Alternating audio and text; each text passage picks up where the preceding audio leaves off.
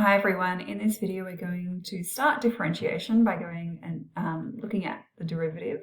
So we're going to focus on mostly the average rate of change, instantaneous rate of change, tangents, normals, stuff like that. All right, so the average rate of change you've actually done many times before. It's also known as the gradient between 2 points. So when you did linear graphs, or linear, relations, remember that your gradient function, we just did the difference in your y values over the difference in your x values. Okay, so that was your gradient function.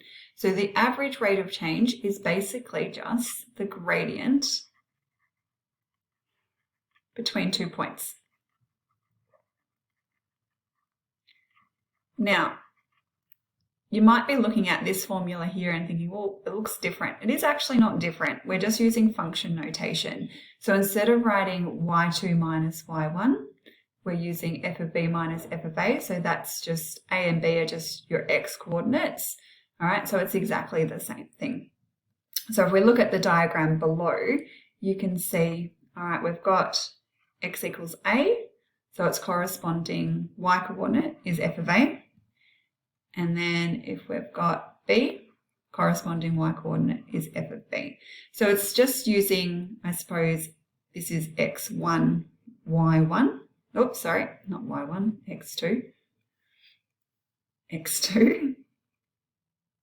And then the corresponding y values, we've got y1 and y2. So we're still finding the gradient of the line. We've just used function notation, really. So you can see in this diagram, we've got a blue curve. So if we're looking at the average rate of change, we don't really deal with linear graphs, even though to get the gradient, we're using a linear, a straight line, but we apply it to curves. So if we wanted to know the average rate of change or the average change in speed or something like that, or average change in weight gain over a period of time, you would just do the difference between the, not the difference between the 2 points, but you would look at the 2 points and average it out, okay, just like you would with the gradient. Now, we are working out the average rate of change. Now, later on, probably in term 3, we will look at the average value. So it is not average value. Okay, so two different things. Sometimes students see the word average and then get them mixed up. So they get average rate of change and average value mixed up. So rate of change just refers to your gradient. All right, average value we will look at when we do anti-differentiation. All right, so let's have a quick look at an example. So let's say I had a parabola, so x minus 2 squared, just a nice easy one to sketch. So it's going to sit there on the x-axis at 2, go through the y-axis at 4. So there it is. All right, and let's say we wanted to find the average rate of change from x equals, say, 0 to x equals 2. Should probably put the word 2 in there. All right, so on my graph, I can actually read the coordinates off. Okay, we're going from 2, 0. Well, I probably should have written the other one first. We're going from 0, 4 to 2, 0. We're going from here to here. So if I was to draw a straight line, very straight line, going through those 2 points, you'd see the green is curved, whereas the red should be a straight line going through these 2 points. So basically we're finding the gradient going through these 2 points. Now, if I didn't have my graph to get the 2 points, you would just substitute your x values into your equation.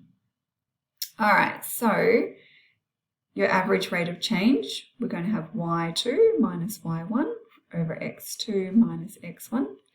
So you can label them x1, y1, x2, y2.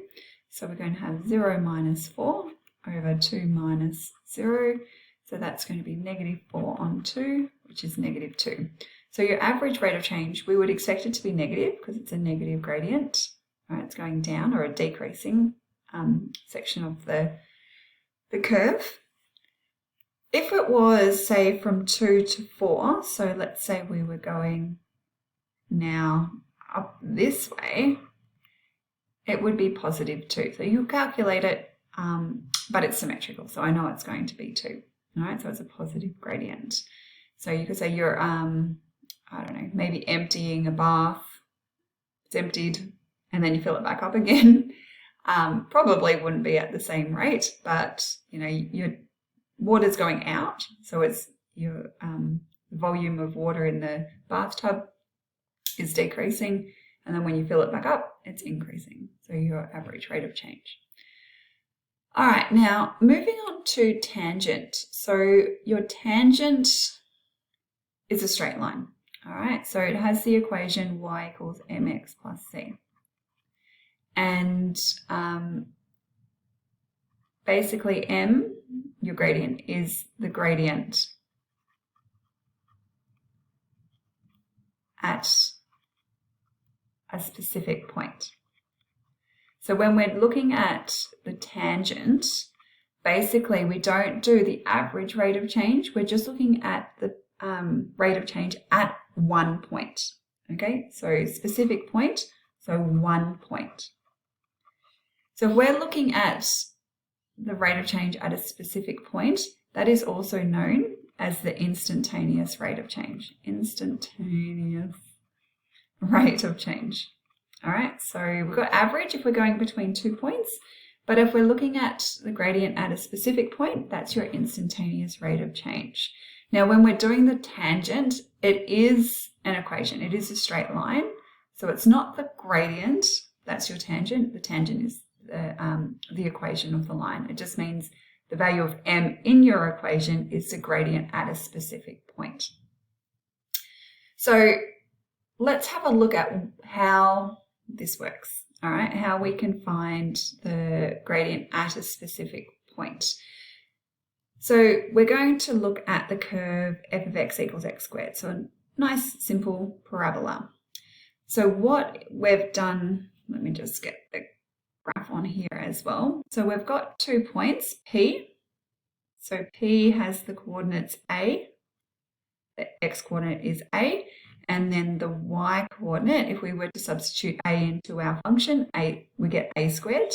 All right, so you can see your coordinate there, A and A squared. And then we've got point Q. So you can see the x coordinate is A plus H. And that means when we substitute that into y, we get A plus H squared. So basically the difference between these 2 points, our x points, is H. So that is what is happening here. We've got y2 minus y1 over x2 minus x1.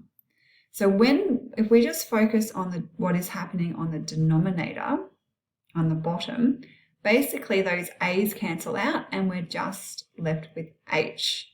Now what happens is when the 2 points, so point P and point Q, as they get closer and closer together, so as h gets smaller and smaller and approaches 0 basically, we're going to be left with just 1 point there. All right, and that is our instantaneous rate of change. So what we'll eventually do is we'll work out the derivative. So the derivative actually tells us the gradient at that point. All right, so that's why we're focusing on this diagram here. So just think about using the average rate of change, but we're decreasing the value of h, so the points P and Q get closer and closer together. So as h approaches 0, as it gets very, very small, we're going to get that point there. So if I just go over the page, that's basically what it says up the top. So we're looking for does give us the instantaneous rate of change, but the gradient at that point.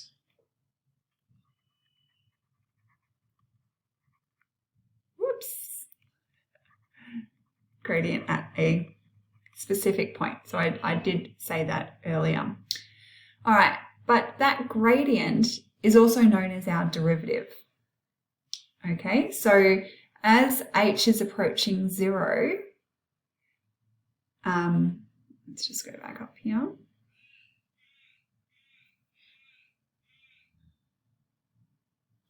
Oops, no, do I want to? All right, so the limit of 2a plus h, so as h gets smaller and smaller, so as h approaches 0, the limit is 2a. So the gradient of the tangent is 2a. So that's basically what our derivative is. So you would have done derivatives last year, so you would know that the derivative of x squared is 2x. Okay, so we'll look at the derivative in a bit more detail later, but that's basically how the derivative comes to be. All right, we're looking at the average rate of change, bringing those 2 points closer and closer and closer together until we get to a single point, and that is our instantaneous rate of change, our gradient, and our derivative, because our derivative function is the gradient at that point.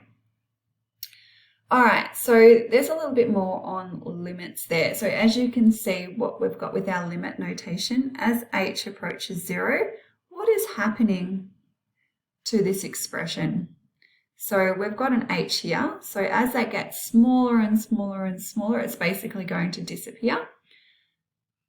As h approaches 0 in this term, the 20x times h will also disappear because it's approaching 0, so it's kind of very, very small. So we just end up, and the answers are down here, 22x squared. Okay, so as h gets smaller and smaller and smaller, we're left with 22x squared. For b, now we've got an h here and an h here and an h here. So basically, what is happening, if I take out, and it's not written here, let's take out h as a common factor. So on our numerator, we get h times 3x squared plus 2h over h. So those h's actually cancel out. So as h approaches 0, the 2h term will disappear or become very, very small that it's not really worth taking note of. So we're left with 3x squared. All right, with c, so we've got h is approaching 0 again. So it doesn't have to always be approaching 0. It can approach something else. But you can see in our expression, or this term here, there is no h. So it just stays 12x. And the same with 4, it just stays 4. All right. Okay, I'm going to, actually, let me just, what I might do is I've got an example from the textbook. So the example in the textbook, actually I was going to do that one.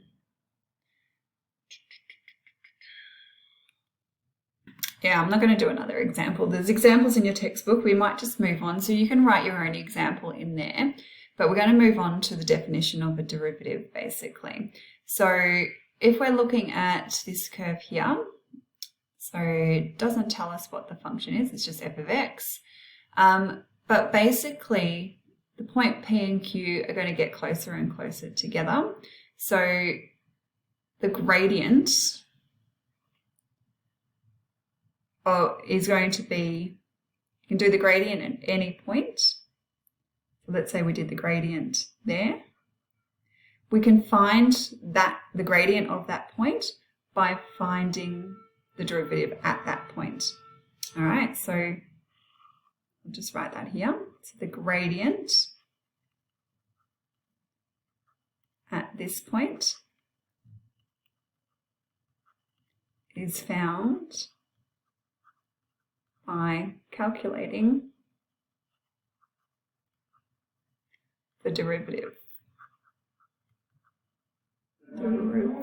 Derivative. All right, so we're going to calculate the derivative and then you substitute in x at that point.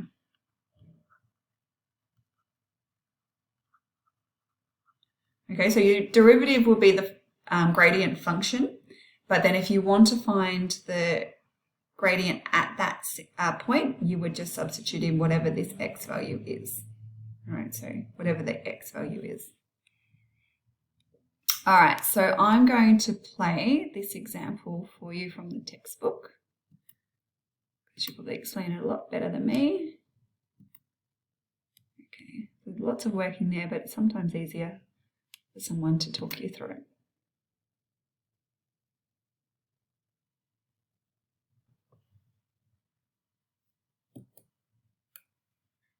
Find the limit as h approaches 0 of f of x plus h minus f of x all over h.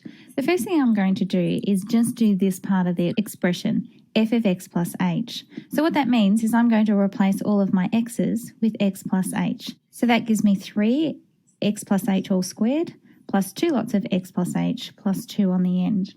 When I expand that one out and tidy it up, I end up with the expression of 3x squared plus 6xh plus 3h squared plus 2x plus 2h plus 2.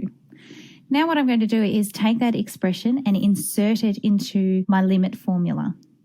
So f of x plus h minus f of x all over h is equal to this expression here minus all of f of x. Now it's really important here when you substitute in f of x into this part of the equation that we put brackets around the outside so that we're subtracting all of f of x. And that's all divided by h. So my next step is to expand out those brackets. Like I said, we're going to subtract all of what's here so that I end up with minus 3x squared minus 2x minus 2. I'm now going to tidy that one up so I can see that my 3x squared minus 3x squared is going to give me 0. I also have 2x take away 2x, which is 0, and a plus 2 minus 2, which is also 0. My final step in tidying this up is to pull out h as a common factor. What that will allow me to do is cancel with that h on the bottom there. Finally, what I need to do is introduce the limit. So what the limit does is it's... Sorry about that. We'll continue.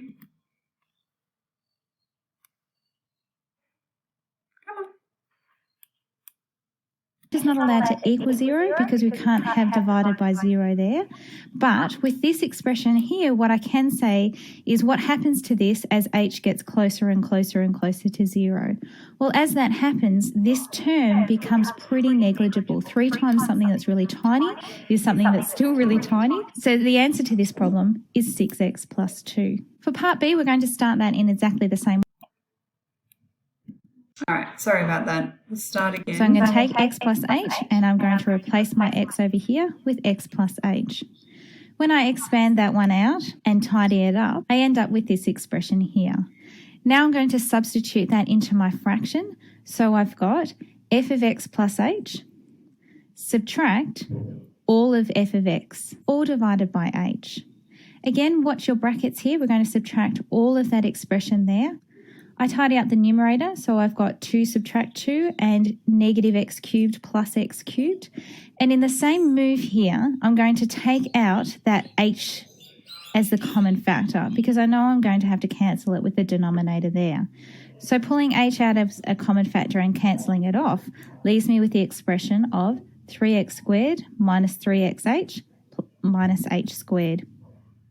Again, when we introduce the limit, what we're saying is what happens to this expression as those h's get closer and closer and closer to 0. Well, what happens to this term here is it becomes almost 0, pretty negligible. This one here, a tiny number times by itself is also going to give you a really tiny number. So as h approaches 0, these two terms here also approach 0. So the limit of this expression becomes negative 3x squared. All right, so girls, if you need to watch them again without the interruptions, you can watch them on your interactive textbook. But basically you can see what we're getting, and you are a little bit familiar with the derivative, is the derivative. All right, so it's just showing you how it works as opposed to just saying, yep, this is the formula you do. All right, so we're just going over that. Now let's go back to our notes. So there was space there for you to write that. All right, so in the next video, we'll go through the rules of differentiation. So in 9a, it's just basically talking about, well, why is the derivative what it is, okay? So 9b will go through the rules of, taking the derivative. All right, bye.